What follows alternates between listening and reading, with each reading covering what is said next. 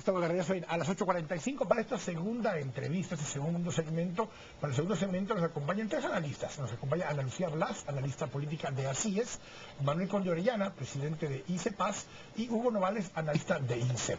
Claudia. Hay un comentario que tras cámaras hacen los parlamentarios guatemaltecos, y cuando vemos las imágenes de lo que sucede en el Congreso hoy, dicen es una imagen común. Aquí en Guatemala, en Sudamérica, en Norteamérica, en Taiwán, en todo el mundo. ¿Cómo respondemos nosotros a esto? ¿Que tenemos que aceptar esto como algo común que suele suceder en los parlamentos? No, yo creo que lo que vimos hoy en el Congreso fue una total falta de respeto a la actividad legislativa. Yo creo que es producto del desgaste también de los partidos políticos y de los liderazgos que proponen y que mandan al Congreso. Creo que hay un desgaste de la credibilidad también, producto de este tipo de incidentes, porque al final para la población no fue un diputado con nombre y apellido quien protagonizó el escándalo, sino fueron los diputados y fue el Congreso como institución el que resulta afectado.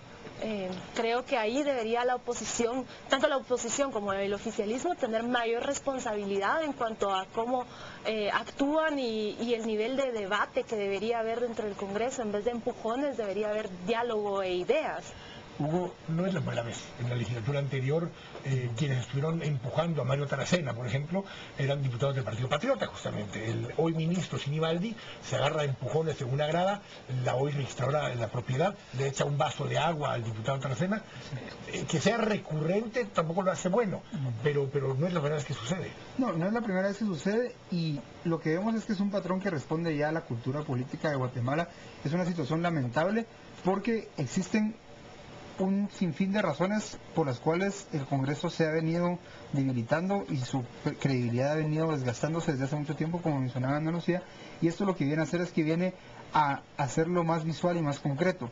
En el fondo lo que refleja es una dificultad para llegar a acuerdos, por las formas más ortodoxas, si queremos verlo así, que ha sido una constante tanto del actuar de esta legislatura como del actuar de otras. Particularmente no podemos, así como Ana Lucía decía que digamos que la población no identifica a un diputado con nombre y apellido, tampoco podemos nosotros identificar a un diputado con nombre y apellido como un diputado conflictivo cuando empezamos a ver que es un patrón que se repite. En el fondo lo que está es un problema del sistema político y un problema también de la manera en que se hacen las negociaciones y de la manera en que se juegan las reglas informales, por así decirlo, en el legislativo. Hay una coincidencia en esta mesa que el gran perdedor del día es el Congreso, no es un diputado con nombre y apellido, sino la institución.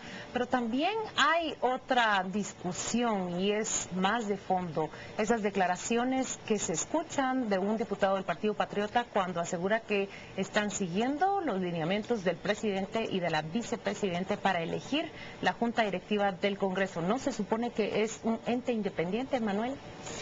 Bueno, buenas noches antes que todo. Un gusto estar con ustedes. Creo que lo que hoy vimos verdaderamente le hace mucho daño al Congreso, le hace mucho daño al Estado. El Congreso es una institución del Estado. Como hijo y nieto de diputados, yo me siento cada día más defraudado cuando veo un Congreso en el que prevalece la intolerancia, la violencia, la agresión verbal. Y de frente a las nuevas generaciones del país, los que tenemos hijos con aspiraciones de ir a la política, de verdad pensamos si valdrá la pena que nuestros hijos vayan un día al Congreso, si ese es el ambiente en el que ellos van a tener que desempeñarse, o bien vale la pena que vayan para que eso cambie. Creo que es fundamental corregir estas cosas. Esto pasa por los partidos políticos. Esto se adquiere en el hogar, en la casa, en la familia. O sea, yo no puedo creer que una persona se vuelva un patán cuando llega al Congreso. Bueno, pero Manuel, justamente con esas palabras que dices ahorita, si vemos el reflejo de los últimos 15 días, especialmente después de la cumbre de Alaska, los comentarios en las redes sociales, claro, los insultos racistas, discriminatorios, los ataques verbales, ¿es el Congreso un reflejo de nuestra sociedad o son seres extraterrestres y ajenos completamente que se comportan diferente al resto de la sociedad? Bueno, el país se vuelve a encontrar, nuestra sociedad se vuelve a encontrar con las actitudes intolerantes, racistas, agresivas, violentas, y el Congreso es precisamente una muestra de esa sociedad, solo que en un escenario en donde se concentran, yo le llamo el cuadrilátero legislativo.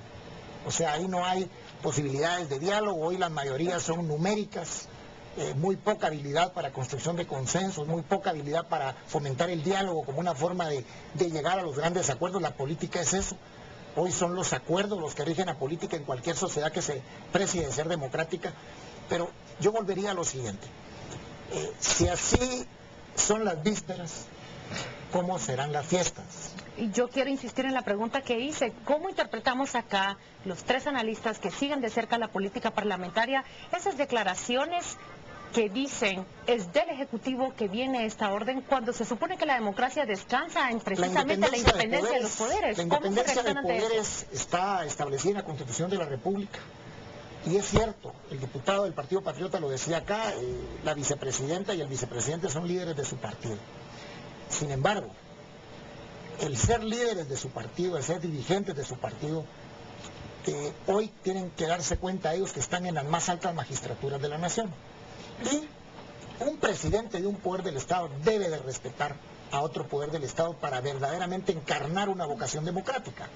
En este caso, los acuerdos, las discusiones internas de partido perfectamente son válidas, pero el presidente, la vicepresidenta, no pueden llegar con proyectos personales a incidir en un partido para que éste vaya al Congreso y haga lo que ellos dicen, sino tiene que tener la suficiente habilidad y capacidad política para sustraerse de esas discusiones y seguir manteniendo una autoridad que si ellos pierden va a ser mucho más fácil ejercer sus cargos. Ana Lucía, cuando escuchamos todo esto, hablamos de partidos políticos, pero que son simplemente vehículos electorales. O sea, no hay una estructura realmente que permita ese tipo de debate, de diálogo. No hay donde aprender ese mecanismo parlamentario para muchos de esos políticos.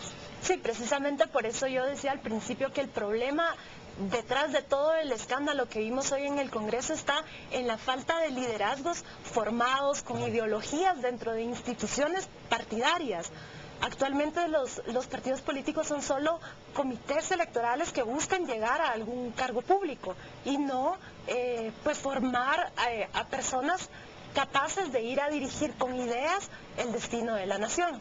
Ahora, ¿cuáles son las consecuencias de esta injerencia de el presidente, la vicepresidente en una decisión del legislativo? ¿Qué podemos esperar o cómo debemos leerlo? No es la primera vez que se incide desde allá. Bueno, de hecho se sabe, y esto es a nivel de casi todos los estados presidencialistas, que generalmente quien sufre un mayor desgaste en términos de la credibilidad, de la legitimidad, de la aceptación que tiene de parte de la sociedad, tiende a ser el legislativo. Es decir, esto es natural. Es muy posible que por la falta de habilidad política que mencionaba